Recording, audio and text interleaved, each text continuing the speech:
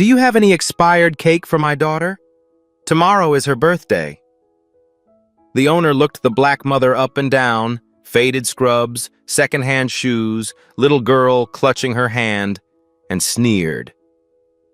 "We don't sell garbage to garbage." Her son stepped forward. "You people always want something for nothing. Take your welfare kid somewhere else. We don't serve your kind." The little girl trembled. "Mommy, what did I do wrong?" A white woman in pearls whispered, "Can you believe she brought that child in here?" The son grabbed the pink cake the girl had been staring at and slammed it into the trash. "Get out before you stink up the place." The black mother lifted her sobbing daughter and walked out, head high, silent. No one defended her. But at the back of the line, a quiet old man had crushed his coffee cup in his fist. No one knew who he was. In 48 hours, everyone here would be begging her for forgiveness. Evelyn Ford had counted the money 3 times that morning. Once at the kitchen table while Destiny slept, the bills spread out under the bare bulb that flickered every time someone upstairs flushed the toilet. Once on the bus, shielding the crumpled bills from curious eyes, pretending to check her phone while her fingers did the math again.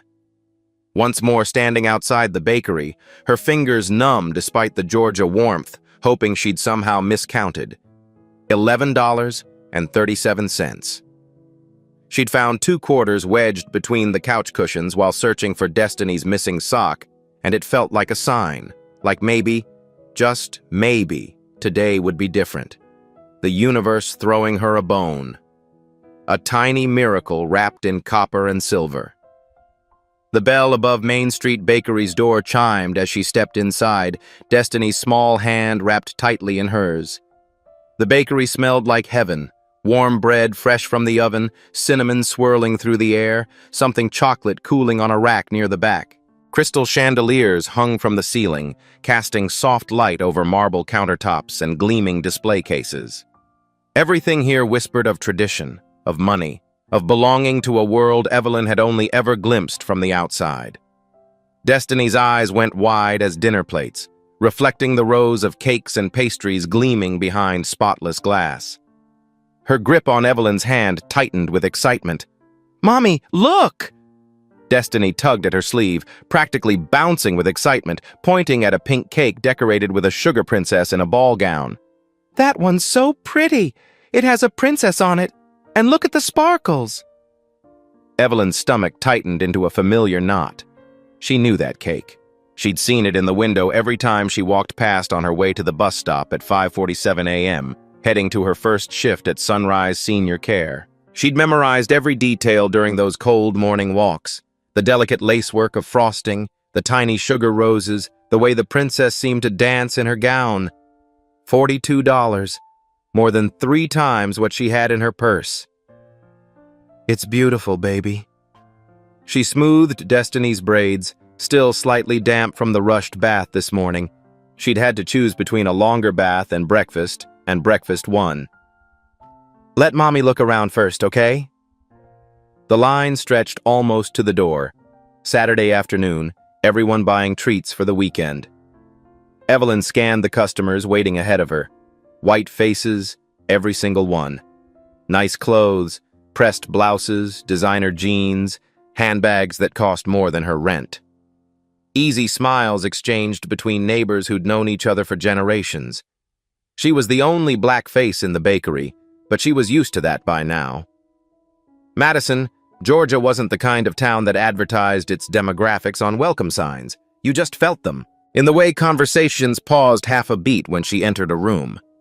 In the way clerks watched her hands a little too closely at the checkout counter. In the way people smiled with their mouths, but not their eyes.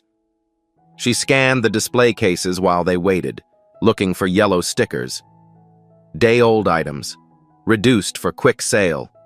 Every grocery store had them. Every bakery should. Her eyes found a pink cake near the back with a handwritten sign, "Today only, 50% off." She did the math in her head, hope flickering. $17.50. Still too much. Still $6 more than everything she had. Maybe they have something older, she thought. Something they'd throw away anyway. It doesn't have to be perfect. It just has to be something. Anything with candles and frosting that says, "I tried." She'd done this before. At the grocery store on 5th Street, where the manager sometimes let her take the bruised fruit. At the deli counter downtown, where the evening clerk saved her the end pieces of ham. There was an art to asking, humble enough to seem grateful, confident enough to not seem desperate. Destiny hummed a birthday song under her breath, swinging Evelyn's hand back and forth like a pendulum. 7 years old tomorrow. 7 years of Evelyn working 2 jobs, the nursing home from 6 to 2, then the cleaning service from 4 to 8. 7 years of missing school plays and recitals, of falling asleep on the couch before dinner was done, of waking up at 5 a.m. feeling like she'd never slept at all. 7 years of barely enough, of stretching dollars like taffy, of promising, next year will be better, and watching next year arrive just as hard as the last. She deserves a cake, Evelyn thought, watching her daughter's face light up at every confection in the case. Just once in her life, she deserves a real birthday cake from a real bakery. Not a box mix with grocery store frosting. Not cupcakes made from scratch at midnight because I couldn't afford anything else. A real cake. The line shuffled forward. Evelyn noticed the photos covering the wall behind the counter. Black and white images, sepia-toned memories framed in mahogany. Thornton Family Bakery, Est, 1983. 3 generations of the same family, all white, all smiling, standing in front of this very counter with flour-dusted aprons and proud expressions. The town institution, the place where Madison had celebrated every wedding, every graduation, every milestone for 40 years. Everybody knew the Thorntons. Everyone except her. The bell chimed again behind them. Evelyn didn't turn. She was too busy rehearsing her question, trying to find exactly the right words. "Excuse me, do you have any day-old items? Anything you're about to throw away? I can pay a little something." A man entered. White, maybe 60, gray hair that needed a trim, worn flannel shirt tucked into old khaki pants. Work boots, scuffed and dusty from honest labor. He carried a paper coffee cup from the diner next door, steam curling up through the sip hole. He didn't speak to anyone, didn't greet the other customers the way locals tended to. Just took his place at the end of the line, eyes drifting up to the menu board on the wall. Evelyn didn't notice him at all. Neither did anyone else. He was just an old man in work clothes, invisible in a room full of people who'd never had to count their quarters. An elderly woman near the front of the line smiled down at Destiny with genuine warmth. "Is it your birthday, sweetheart?" Destiny beamed like the sun had taken up residence in her smile. "Tomorrow. I'm gonna be 7. 7! My goodness, that's wonderful. Are you having a party?" Mommy promised. Destiny looked up at Evelyn with absolute, unshakable trust, the kind that made Evelyn's chest ache with love and fear in equal measure. "She said it's gonna be special." Evelyn's throat tightened around words she couldn't say. She had no decorations waiting at home, no presents wrapped in pretty paper, no guests invited because she couldn't afford to feed them. But she'd made a promise, and she intended to keep it, somehow, some way. The line moved forward. One customer left with a white box tied in string, then another. Evelyn reached the counter. Her heart pounded against her ribs. Behind the register stood Peggy Thornton, owner, matriarch, the woman whose face hung on the wall in all those sepia photographs. Mid-60s, silver hair pinned back in an elegant twist, reading glasses on a beaded chain around her neck. She looked up from the register, customer service smile already in place. That smile flickered when she saw Evelyn. Just slightly. A tightening around the eyes, a barely perceptible pause, like a record skipping half a beat. But Evelyn felt it the way you feel a change in air pressure before a storm. She always did. Evelyn took a steadying breath. "Excuse me, do you have any expired cakes? Anything you're about to throw away?" She kept her voice low and respectful, It's for my daughter's birthday. Peggy's eyebrows rose toward her hairline. She glanced down at Destiny, then back at Evelyn. Expired cakes? Yes, ma'am. I can pay something. Whatever you think is fair. Peggy's lips pressed into a thin line. We throw those out. Health regulations. I understand. But if you're throwing them away anyway, maybe I could... I said no. Peggy's voice hardened, carrying across the bakery. The woman behind Evelyn stopped texting. We don't do that here. A door swung open behind Peggy. A man emerged, mid-30s, same sharp jaw as his mother. Mitchell Thornton, son, heir apparent. He wore a flour-dusted apron and an expression that made clear he'd heard every word. Problem, Mom? Just explaining our policies. Mitchell's eyes swept over Evelyn with deliberate slowness, her scrubs, her daughter, back to her face. This isn't Walmart. His voice was loud, deliberately performative. Customers turned to stare. If you can't afford to shop here, there's a dollar store 2 blocks down. Might be more your speed. The words landed like stones dropped into still water. Evelyn's cheeks burned, but she kept her voice steady. I wasn't asking for charity.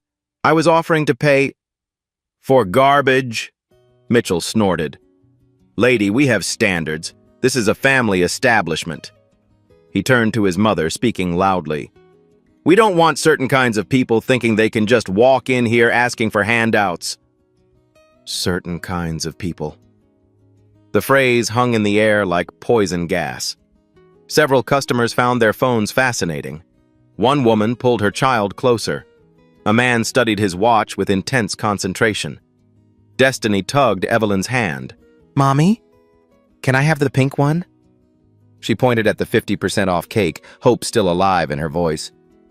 It's so pretty. Please?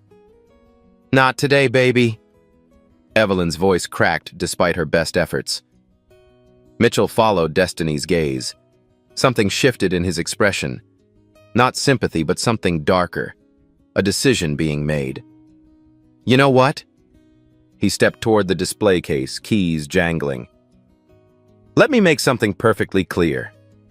He opened the glass door, reached in, and pulled out the pink cake, the one Destiny had been staring at, the one marked for sale. This cake? He held it up, turning it so everyone could see. This is going in the trash. Right now. So there's no confusion.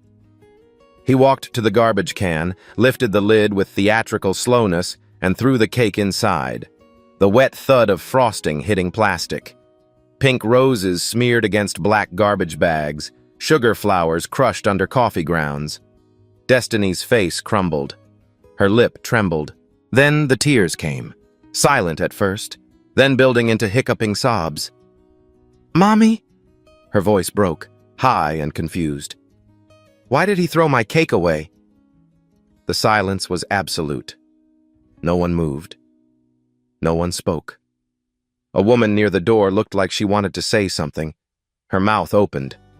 She caught Mitchell's flat stare and turned away. Evelyn's hands shook as she lifted Destiny into her arms. It's okay, baby. Let's go. There. Mitchell brushed his hands together, satisfied. Problem solved. Peggy didn't stop him, didn't apologize. Just watched as Evelyn carried her sobbing daughter toward the door. At the back of the line, the man in the flannel shirt hadn't moved. His weathered face showed nothing, no shock, no anger, no expression at all. But his right hand had squeezed the paper coffee cup so hard the lid had popped clean off. Brown liquid dripped steadily down his fingers, pooling on the tile floor.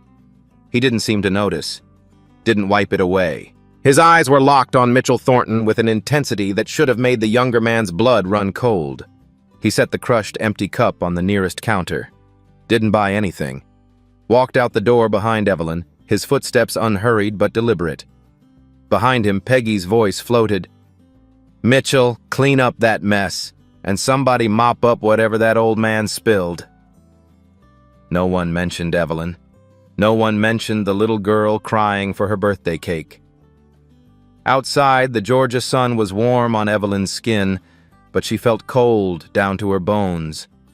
She found the old wooden bench near the bakery entrance and sank down, Destiny still trembling in her arms. She let herself break, just a little, just for a moment. Destiny's sobs had quieted to wet hiccups. "Why was he so mean, Mommy? Did I do something wrong?"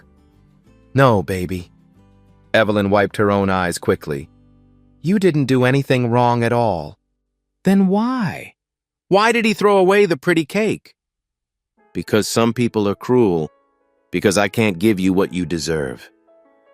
Some people forget how to be kind, baby. That's about them, not you. It's never about you." "Ma'am?" Evelyn looked up, tensing. The man from the line stood a few feet away, hands empty now. He didn't step closer, just waited. Another lecture about the dollar store. "Mind if I sit?" He gestured to the far end of the bench. She didn't answer, but she didn't say no. He sat down, leaving plenty of space between them. For a moment, neither spoke. Then he turned to Destiny, his voice soft. "Hey there, sweetheart." Destiny peeked out from Evelyn's shoulder, eyes still wet. "I heard it's your birthday tomorrow, is that right?" A small nod. "How old are you gonna be?" 7. Barely a whisper. 7. He nodded slowly, as if this were important information. "That's a big one. You know what I think?" Destiny's curiosity began winning against her tears. "What?" "I think 7-year-olds deserve the best birthday cakes in the world. And that pink cake in there? It wasn't good enough for you anyway." "Really?" "Really. A princess like you deserves something much more special." The ghost of a smile crossed Destiny's face. "Promise?" "I promise." Evelyn watched this exchange with growing confusion. "Sir, I appreciate the kind words, but—" He turned to her, and something in his eyes made her stop. Not pity. Something else. Recognition. "I'm sorry for what happened in there. What they did. That wasn't right. None of it. It's fine. We're used to—" "You shouldn't have to be used to it." His voice was gentle but carried steel underneath. "No one should." He reached into his pocket and pulled out a plain white card. Just a phone number written in blue ink. "Call this number tomorrow morning, 8 o'clock sharp. Tell them Edward sent you." He held out the card. "Destiny will have her birthday cake. A real one." Evelyn stared at the card. "Why would you do this? You don't even know us." "Because no child should go without a birthday cake." He stood, brushing off his khakis. "And no mother should ever be treated the way they treated you today. Not in my town." "Your town?" But he was already walking away, toward a beat-up pickup truck parked across the street. Destiny watched him go. "He was nice, Mommy." "Yeah, baby. He was." Evelyn tucked the card in her pocket. She didn't know if she'd call, didn't know if she could trust a stranger's promise. But for the first time all day, she felt something she hadn't expected. Hope. Evelyn didn't sleep that night. She lay in the dark of their one-bedroom apartment, listening to Destiny breathe beside her on their shared mattress, the one she'd bought secondhand 3 years ago when Destiny outgrew the crib. The water stain on the ceiling had spread another inch since last month, a slow-growing map of the neighbor's leaky pipes. The radiator clanged like a restless ghost every few hours. The card sat on the nightstand, pale against the scarred wood. She'd looked at it a dozen times, picked it up, put it down. Just a phone number in blue ink. No name, no explanation. Who does that? She wondered for the 100th time. Who gives a stranger a card and promises a birthday cake? What does he want in return? Nothing good came free. She'd learned that lesson young, from her mother who worked 3 jobs, from her father who promised to come back and never did, from every man who'd offered help with one hand while reaching for something else with the other. But what's the worst that could happen? The thought surfaced unbidden. I call. It's a disconnected number or a cruel joke, and I'm exactly where I am now. No worse off. She thought about Destiny's face in the bakery, the way her smile had crumbled, the confusion in her voice. Why did he throw my cake away? At 7:45 the next morning, Destiny's 7th birthday, Evelyn sat at the kitchen table and made herself dial. It rang twice. Lancaster Family Office, good morning. How may I help you? Lancaster?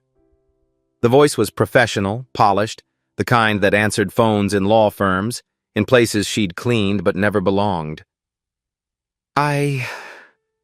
Someone named Edward told me to call this number? A brief pause, keys clicking. Then, warmer. Yes, ma'am. We've been expecting your call.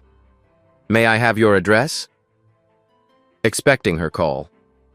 Whatever Evelyn had imagined, a disconnected number, a scam, a cruel joke, it wasn't this. She gave her address, voice uncertain. The woman thanked her and hung up. Lancaster. The name tugged at her memory. She'd seen it on brass plaques around town. The library she visited with Destiny every Saturday, the community center, the courthouse. Old money, old family. The kind of name that opened doors. 2 hours later, a black SUV with tinted windows pulled up outside her building. Evelyn watched from the window, heart hammering, as a driver in a crisp suit stepped out. He was too polished for this neighborhood. Mr. Patterson from 3B came out onto his fire escape in his bathrobe, staring. Mrs. Rodriguez stood on the sidewalk with her toddler, openly gawking. The driver began unloading boxes, pink boxes, gold boxes, more boxes than she could count. Then balloons, dozens of them, pink and gold, bobbing in the morning breeze. Mommy? Destiny appeared beside her, still in pajamas, rubbing sleep from her eyes. What's all that? Is there a party? A knock at the door. Evelyn's hands shook as she reached for the knob. The driver held a massive pink box, easily 2 feet across. Behind him, more boxes, a cascade of balloons, wrapped presents with silver bows. Mrs. Ford, special delivery for Miss Destiny. Happy birthday, young lady. The cake was 3 tiers tall, pink and gold, decorated with real flowers, actual roses preserved in edible glaze, their petals soft and perfect. Destiny in elegant gold script, each letter perfectly formed.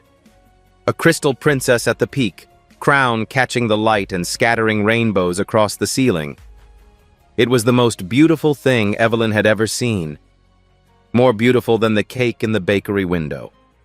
More beautiful than anything she'd ever imagined giving her daughter. Destiny screamed, a sound of pure, unfiltered joy that probably woke half the building. Is that mine? Mommy, is that for me? It's a real princess cake! There were more treasures. A princess dress in Destiny's exact size, pink tulle with a satin ribbon, the kind of dress little girls dream about. Books, new hardcovers, not thrift store paperbacks, smelling like fresh ink and possibility. Art supplies, real paints, real brushes, a child-sized easel, and tucked in the corner of the last box, a pink and white bicycle with training wheels and streamers. Destiny had been asking for a bicycle for 2 years, and an envelope. Evelyn, in careful handwriting.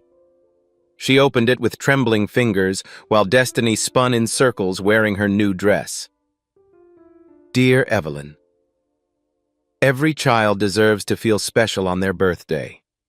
Your daughter is lucky to have a mother who loves her the way you do. My late wife, Margaret, was a lot like you. She spent her life caring for others, as a nurse, as a volunteer, as the heart of our family. She taught me that dignity isn't given by others. It's something you carry within, something no one can take away.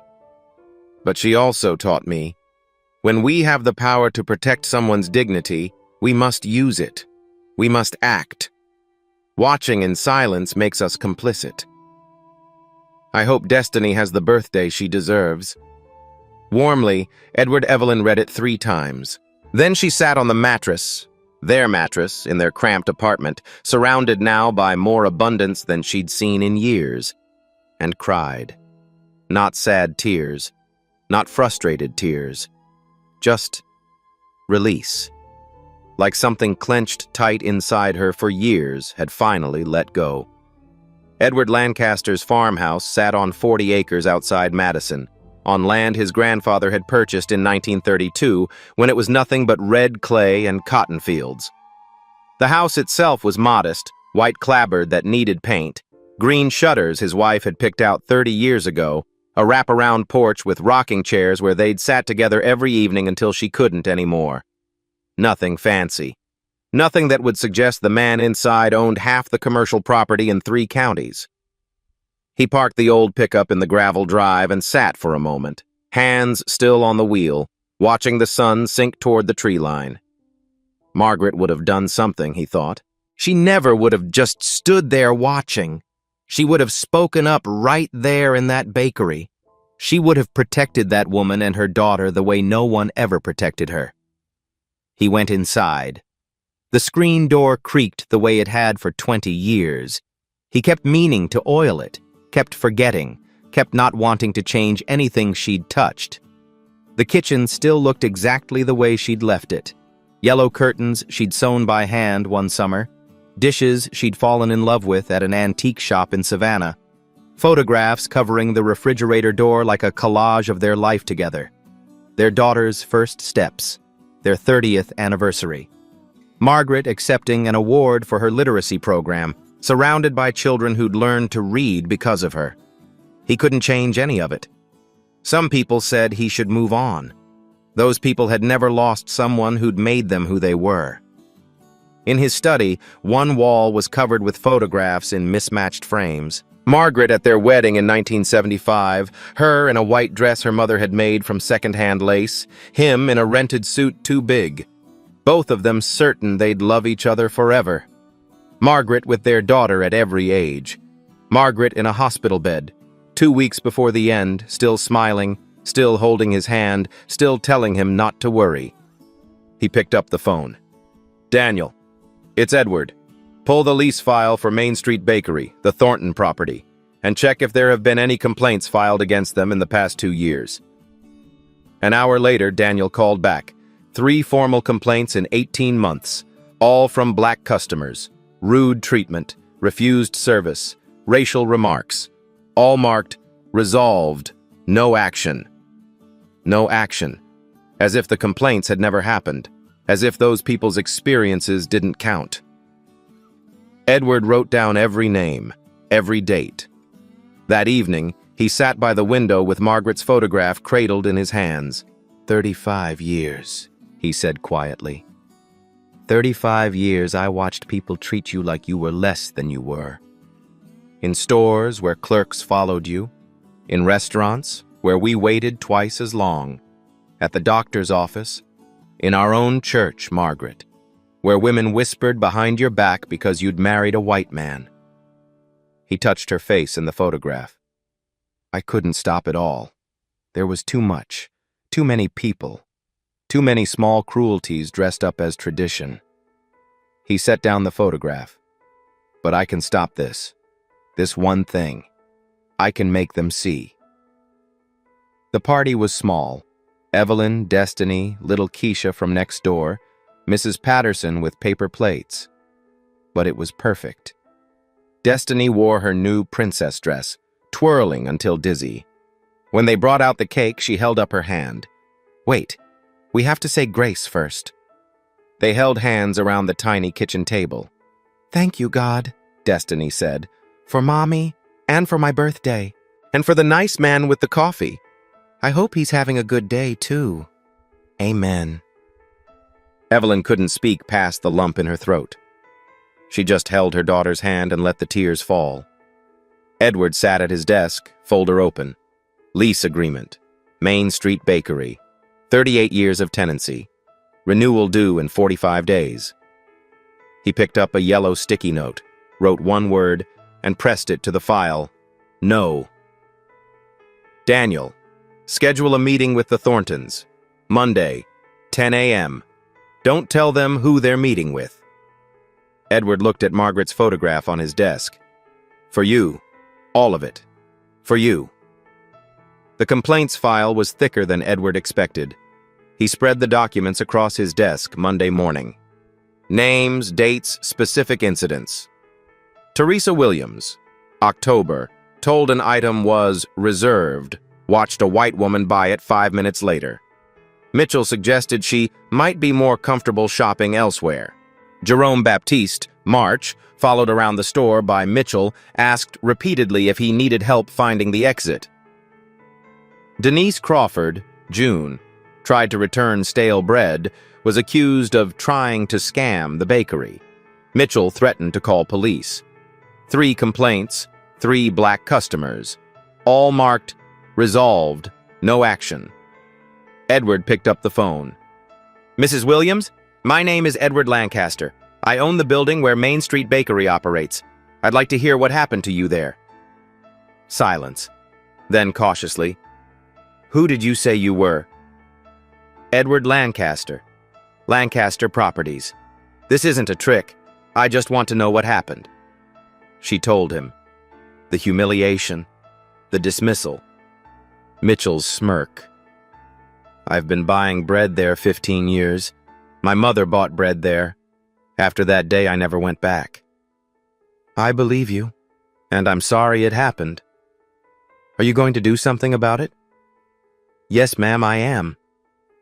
2 more calls, 2 more stories. 2 more people made to feel less than human in a building his family had owned for generations. When he was done, Edward opened his notebook and wrote, Mitchell Thornton, this isn't Walmart, more your speed. Might be more comfortable elsewhere. Peggy Thornton, certain kinds of people. Wrong part of town.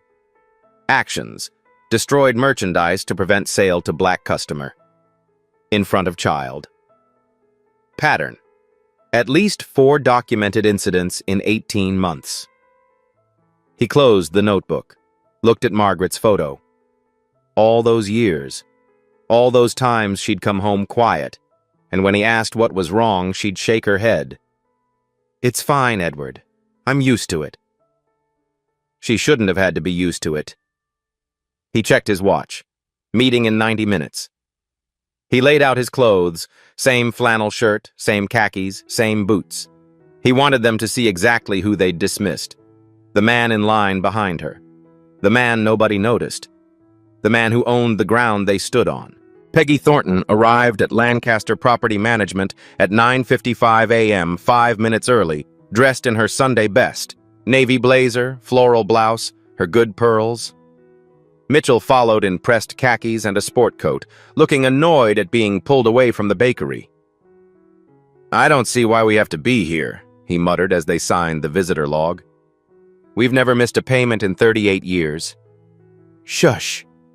Peggy smoothed her skirt with nervous hands. Just be polite. We need this renewal. The terms haven't changed since your grandmother signed the original. The receptionist led them down a carpeted hallway to a corner office, plain, unassuming, no nameplate on the door. Mr. Lancaster will be with you shortly. They sat in leather chairs facing an empty desk and waited. 1 minute, 5, 10. Mitchell shifted impatiently. This is ridiculous.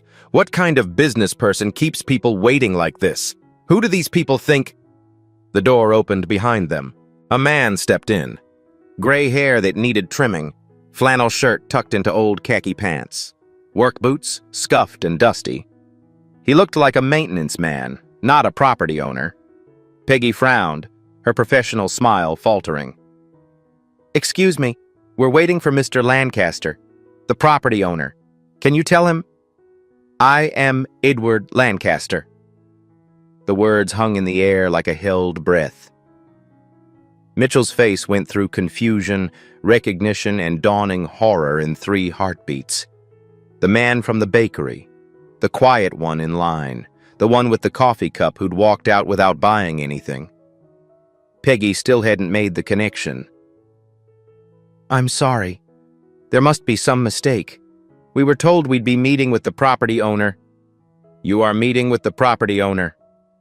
Edward closed the door with a soft click, crossed to the desk, sat down slowly, deliberately. "I am Edward Lancaster. My family has owned this building since 1956. My grandfather bought it from the original developer. My father maintained it for 30 years. I've managed the Lancaster properties for 3 decades. He didn't invite them to sit. They remained frozen in their chairs anyway. Saturday afternoon. Edward's voice was calm, which somehow made it more frightening. "Your bakery. A mother came in with her daughter. The little girl was turning 7 the next day." He paused. "The mother asked, and I will quote her exactly, 'Do you have any expired cakes? It's for my daughter's birthday.' She was offering to pay." Peggy's hand flew to her throat. The color drained from her face. "Mr. Lancaster, I can explain. Do you remember what you said, Mitchell?" Mitchell's mouth opened and closed soundlessly. I remember." Edward opened his leather notebook. "This isn't Walmart. There's a dollar store 2 blocks down. Might be more your speed. We have standards. We don't want certain kinds of people thinking they can just walk in here asking for handouts." He looked up and met Mitchell's eyes. "Certain kinds of people." Peggy had started crying, silent tears cutting tracks through her makeup. "Mr. Lancaster, we didn't know you were—" "Didn't know I was what?" His voice didn't rise. It didn't need to. "Didn't know I was watching? Didn't know I was the kind of person who would care? That's exactly the problem, Mrs. Thornton.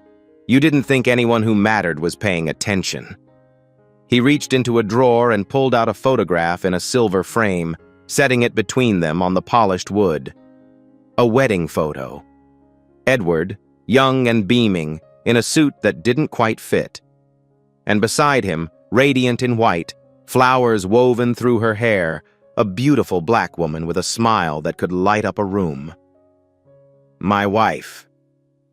Edward's voice softened, but his eyes stayed hard. "Margaret. We were married for 35 years.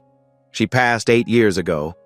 Cancer took her body, but the world had been trying to diminish her spirit long before that." He touched the frame gently, the way you touch something precious. "For 35 years, I watched people treat her the way you treated that woman on Saturday.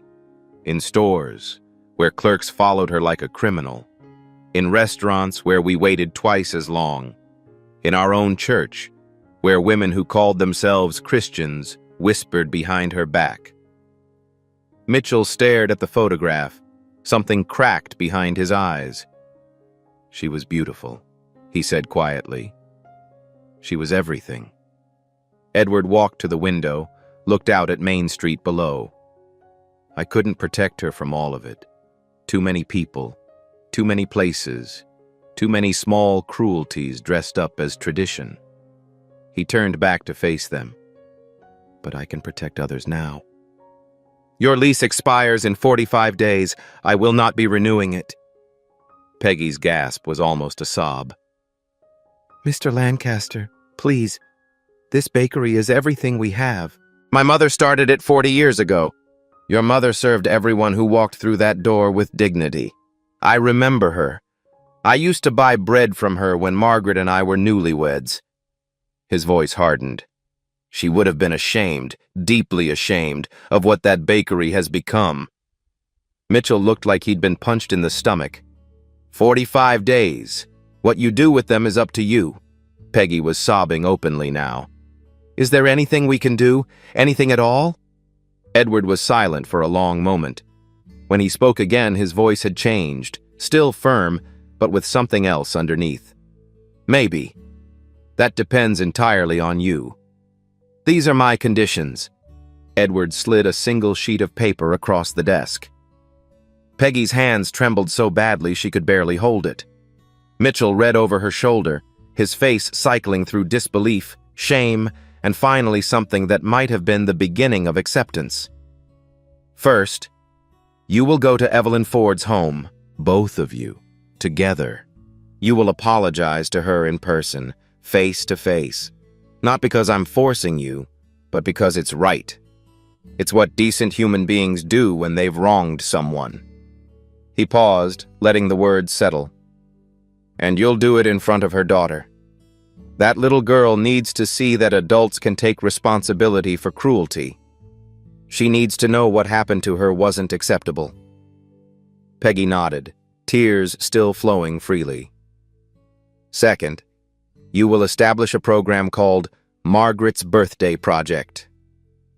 Edward's voice softened noticeably on his wife's name.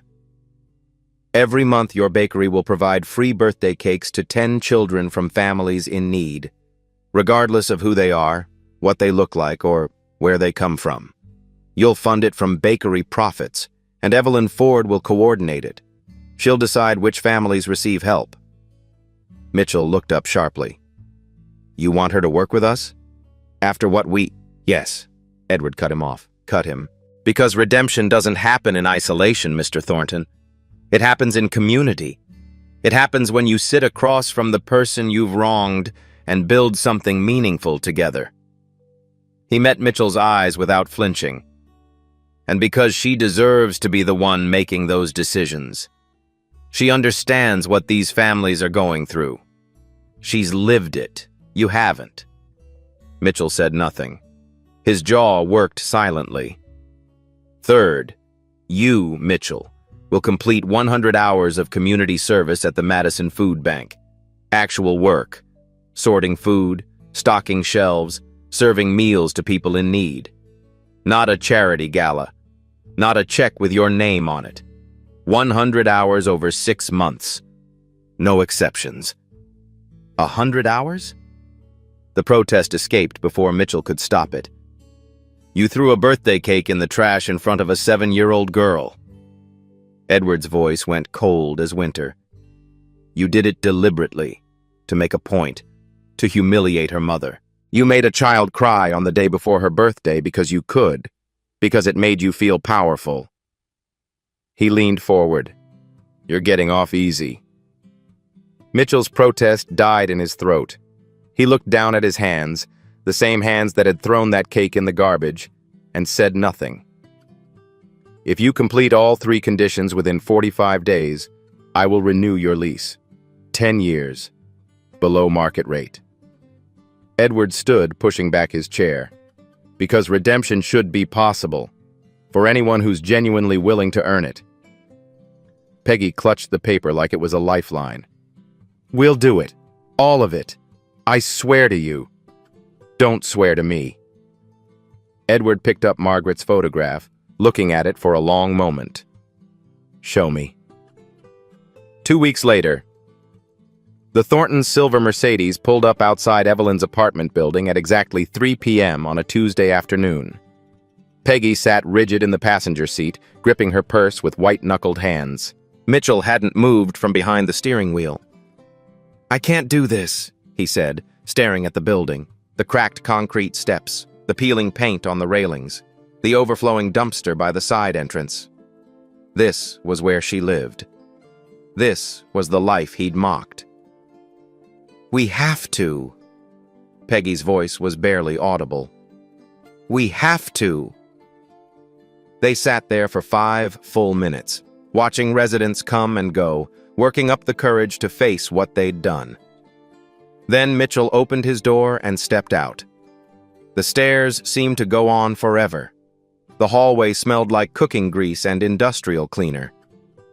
When they reached apartment 4B, Peggy raised her hand to knock, and found she physically couldn't complete the motion. Her arm just stopped, trembling in the air. Mitchell reached past her and knocked 3 times. Footsteps inside. A pause. The click of locks being undone, first one, then another. then a chain. The door opened. Evelyn stood there in a faded t-shirt and worn jeans, Destiny at her side. She didn't speak, didn't smile, just looked at them. These people who had humiliated her, now standing in her hallway in her world, and waited. Peggy broke first. The words came tumbling out in a rush, tangled with tears. "I'm sorry. I'm so sorry. For what I said. For what I allowed to happen. For who I was in that moment. There's no excuse. There's no justification. I was wrong. I was cruel. I was hateful. And you didn't deserve any of it, not one bit of it." Evelyn's expression didn't change. Her hand rested protectively on Destiny's shoulder. Mitchell stepped forward. Then slowly, deliberately, he lowered himself to one knee, putting himself at eye level with the little girl whose cake he'd destroyed. "Destiny." His voice came out rough, stripped of all its usual arrogance. "I threw your birthday cake in the garbage. That was cruel and wrong, and I am so sorry. You didn't deserve that. Nobody deserves that." He swallowed hard. "I was a bully. And bullies are the worst kind of coward. They hurt people who can't fight back because it makes them feel big. But it's not strength. It's weakness." Destiny studied him with the unblinking gaze that only children possess. The silence stretched. Mitchell's knee ached against the hard floor, but he didn't move. Then Destiny said softly, "It's okay. Mr. Edwards said you would come." Something shattered behind Mitchell's eyes. His head dropped. His shoulders shook with silent sobs. Destiny reached out and patted his hand gently, the way she might comfort a hurt animal. "Mommy says everyone makes mistakes. It's what you do after that matters." Evelyn invited them inside. It wasn't comfortable. The apartment was too small for 4 people and too full of everything that had happened between them. But they sat, Peggy on the worn sofa, Mitchell on a folding chair, and they talked. Peggy noticed the birthday decorations still hanging on the wall, faded now but carefully preserved.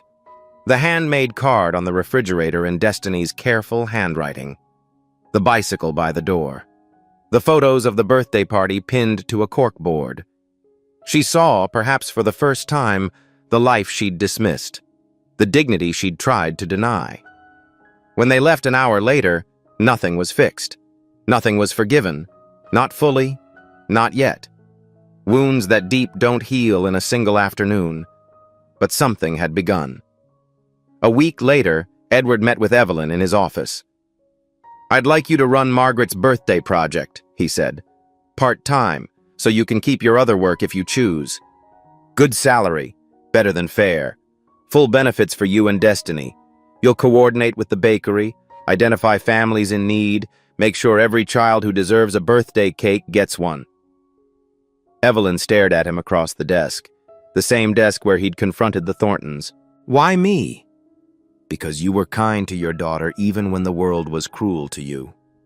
He smiled slightly, the first genuine smile she'd seen from him. "That's exactly the kind of person who should be leading this." She looked down at her hands, the same hands that had counted $11.37, the same hands that had smoothed Destiny's hair while she sobbed. "Okay," she said finally. "I'll do it." 1 year later, the banner stretched across the community center stage, hand-painted in pink and gold by the volunteer committee. Margaret's birthday project, first anniversary. Evelyn stood at the podium, looking out at a room full of faces. Some she'd come to know well over the past year, others she was seeing for the first time. In the front row, Destiny sat wearing her junior volunteer badge, earned by helping pick colors and themes for 5 cakes that month. She took the responsibility very seriously. "A year ago," Evelyn began, her voice steady despite the flutter in her chest, "I walked into a bakery and asked for an expired cake for my daughter's birthday. I had $11.37 in my pocket. Every penny I had in the world."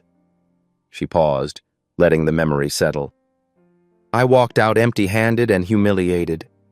I didn't know how I was going to make rent that month. I didn't know how I was going to explain to my daughter why she couldn't have a birthday cake like other kids. She looked out at the audience. The room was silent, waiting. Today, I stand here as the coordinator of Margaret's birthday project. In the past 12 months, 120 children have received birthday cakes through this program. 120 families have been told, "Your child matters. Your celebration matters. You matter." She looked at Edward, seated near the back, his weathered face half hidden in shadow. A stranger in line saw something wrong and did something about it. He changed my life, completely. And now I get to help change others' lives, too. The applause was long and warm. Destiny jumped up and down in her seat, clapping harder than anyone, beaming with pride for her mother. After the event, as people gathered around the refreshment table, a woman approached Evelyn. Mid-30s, professional clothes, nervous hands fidgeting with her purse strap. "You don't know me," she said, "but I was there that day. In the bakery. I was in line behind you." Evelyn studied her face. Then recognition dawned slowly. The woman who'd almost spoken. The one who'd opened her mouth and then closed it. The one who'd turned away. "I should have said something." The woman's voice cracked. "I've thought about it every day since. Every single day. The look on your daughter's face when he threw that cake away." She stopped, composing herself with visible effort. "I was a coward. I was afraid of making a scene, afraid of what they'd think of me. And I let you walk out of there alone." Evelyn was quiet for a moment. Then she took the woman's hand gently. "You're here now. That matters." Sarah, that was her name, signed up to volunteer that same evening. She worked every Saturday after that, arriving early, staying late, handing cakes to mothers who reminded her of the one she'd failed to help. At the Madison Food Bank, Mitchell sorted canned goods alongside a new volunteer, a college kid doing community service hours for a class. Mitchell's designer watch was long gone, traded months ago for work gloves and something that felt uncomfortably like humility. "How'd you end up volunteering here?" the kid asked, stacking soup cans. "You don't seem like the usual type."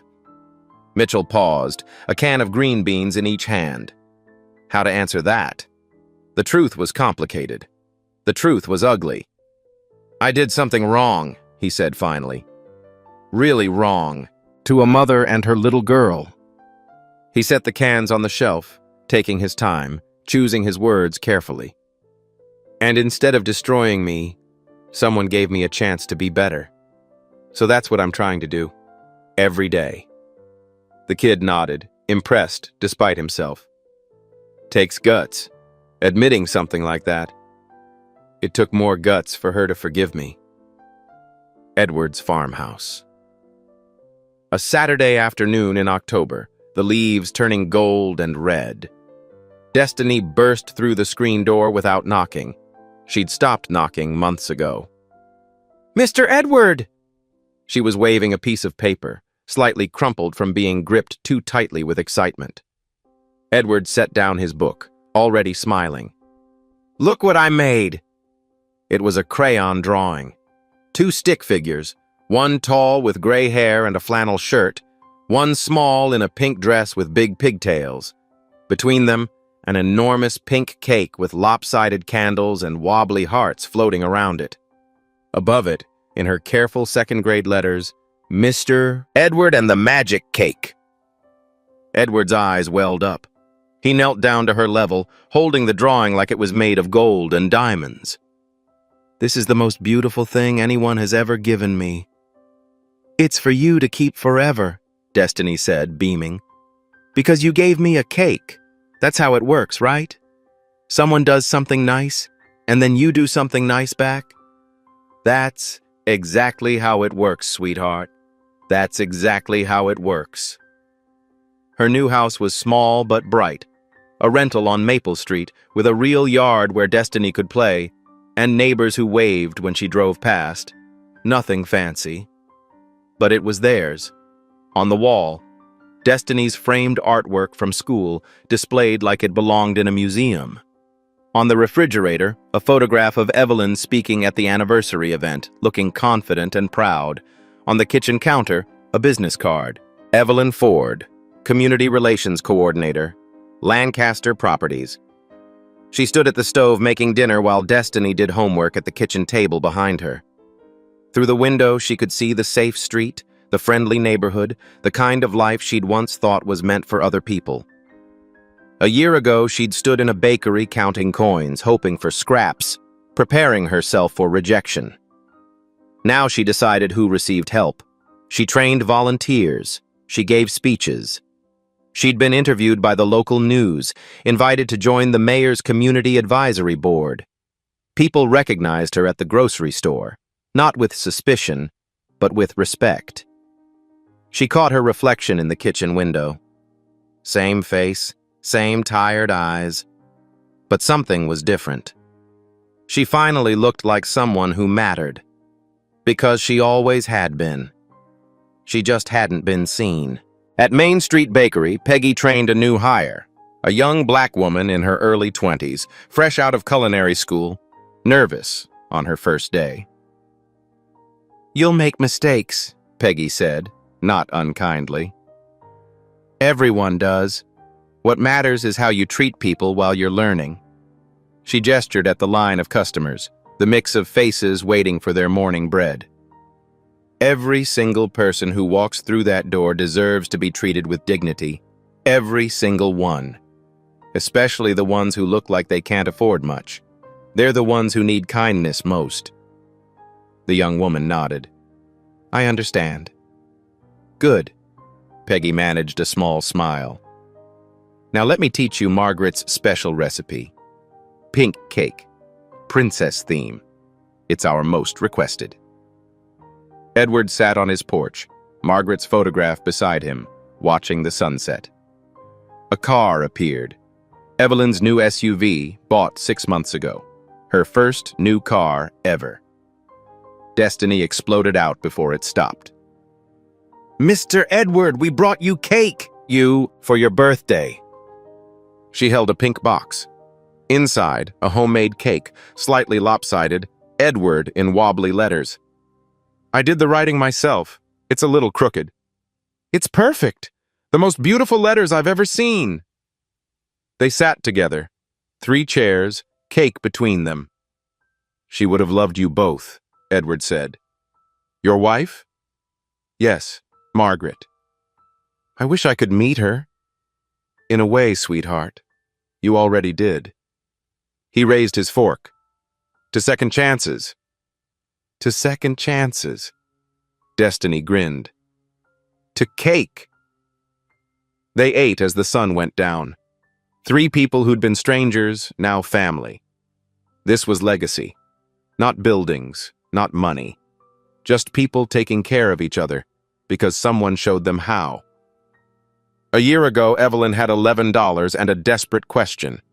"Any expired cake for my daughter?"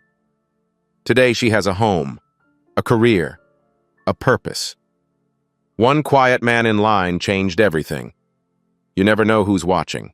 The mother asking for expired cake might be raising a future doctor.